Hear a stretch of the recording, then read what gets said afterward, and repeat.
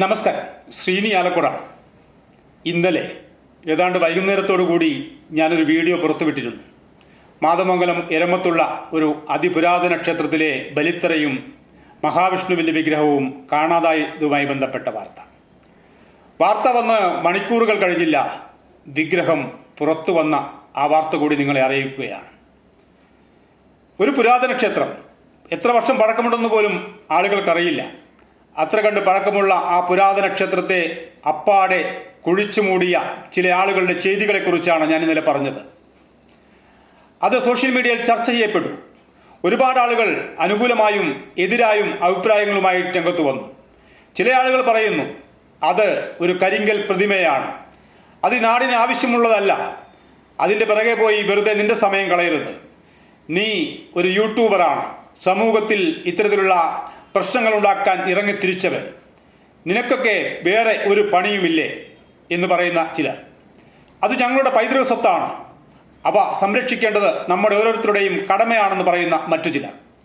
അങ്ങനെ വാഗ്വാദങ്ങൾ സോഷ്യൽ മീഡിയയിൽ കൊടുമ്പിരി കൊള്ളുമ്പോൾ ഈ ശുഭവാർത്ത നിങ്ങളെ അറിയിക്കാനാണ് ഞാനിപ്പോൾ വരുന്നത്. ഒരു കുഞ്ഞു JCB വരുന്നു, ആ മണ്ണുമാന്തി യന്ത്രം വന്ന് ആ ക്ഷേത്രസ്ഥാനത്ത് നിലയുറപ്പിക്കുന്നു. അങ്ങനെ അതിൻ്റെ ചെറിയ കൈകൾ കൊണ്ട് ആ കുഴിച്ചു മൂടപ്പെട്ട മഹാവിഷ്ണുവിൻ്റെ വിഗ്രഹം പുറത്തേക്കെടുക്കുന്നു. ആ വിഗ്രഹത്തിന് ഒരു കേടുപാടും ഉണ്ടായിരുന്നില്ല. പക്ഷേ ഇന്നലെ യന്ത്രക്കൈകൾ കൊണ്ട് ആ വിഗ്രഹത്തിൻ്റെ വലതു കൈ നഷ്ടമാകുന്നു, നെറ്റിയിലൊരു പോറലേൽക്കുന്നു.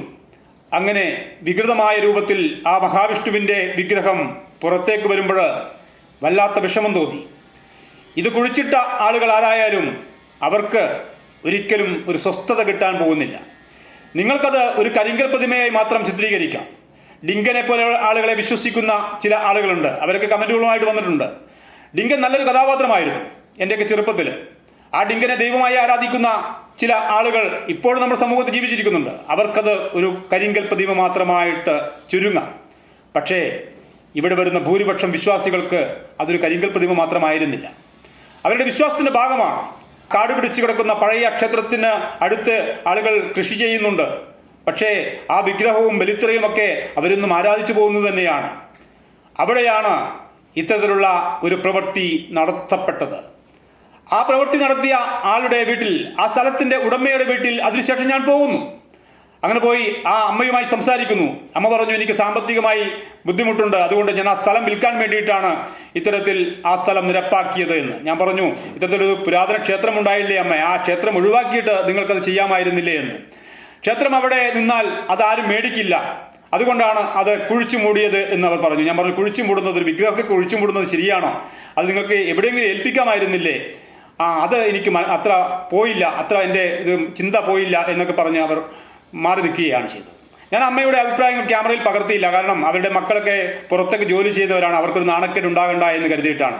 എന്തായാലും ഞാൻ അവിടെ നിന്ന് പോയി അമ്മയോട് കാര്യങ്ങളൊക്കെ പറഞ്ഞ ശേഷമാണ് ആ അമ്മ ഒരു JCBക്കാരനെ വിളിച്ച് ആ വിഗ്രഹം പുറത്തേക്കെടുത്തത്. പക്ഷേ പുറത്തേക്കെടുക്കുമ്പോഴേക്കും ആ വിഗ്രഹത്തിൻ്റെ പല ഭാഗങ്ങളും നഷ്ടപ്പെട്ടിരുന്നു എന്നുള്ളത് സത്യം തന്നെയാണ്.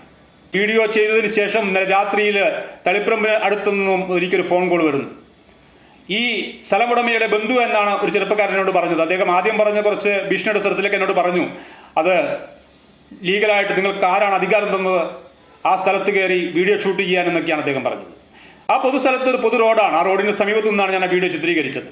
അതുമാത്രമല്ല, ഇത്തരത്തിലുള്ള ഒരു പൈതൃക സമ്പത്ത് ഉള്ളിടത്ത് കയറിയിട്ട് വീഡിയോ ഷൂട്ട് ചെയ്തത് വലിയ തെറ്റാണെങ്കിൽ എതിരെ നിങ്ങൾക്ക് കോടതിയിൽ കേസ് ഫയൽ ചെയ്യാം, ഞാനത് കോടതിയിൽ നേരിട്ടോളാം. എനിക്കതാണ് പറയാനുള്ളത്. പിന്നെ അദ്ദേഹം തന്നെ പറയുന്നുണ്ട് സോഷ്യൽ മീഡിയയിൽ, ഇതൊരു കരിങ്കൽ വിഗ്രഹമാണ്, നിനക്ക് വേറൊരു പണിയുമില്ലേ എന്നൊക്കെ പറഞ്ഞ് എന്നെ അവഹേളിക്കുന്ന തരത്തിലേക്ക് വരുന്നു. എന്തായാലും എനിക്കിതൊക്കെ നല്ലതായിട്ടേ തോന്നുന്നുള്ളൂ. ഞാൻ ഇടപെട്ടത് ഒരു നല്ല കാര്യത്തിനായിട്ടാണ് ഞാൻ കണക്കാക്കുന്നത്. ഇത് ഒരു തുടക്കമാവും. കാട് കയറി അനാഥമായി കിടന്നിരുന്ന ആ മഹാക്ഷേത്രത്തിന് പുനരുദ്ധാരണ പ്രവർത്തനം നടത്തുവാനുള്ള ഒരു വഴിയായിരിക്കാം എൻ്റെ ഈ വീഡിയോയിലൂടെ തുറന്നിട്ടുണ്ടാവുക എന്നാണ് ഞാൻ കരുതുന്നത്. ഒരുപാട് വിശ്വാസികൾ ഇതുമായി ബന്ധപ്പെട്ട് എന്നെ വിളിച്ചിട്ടുണ്ട്.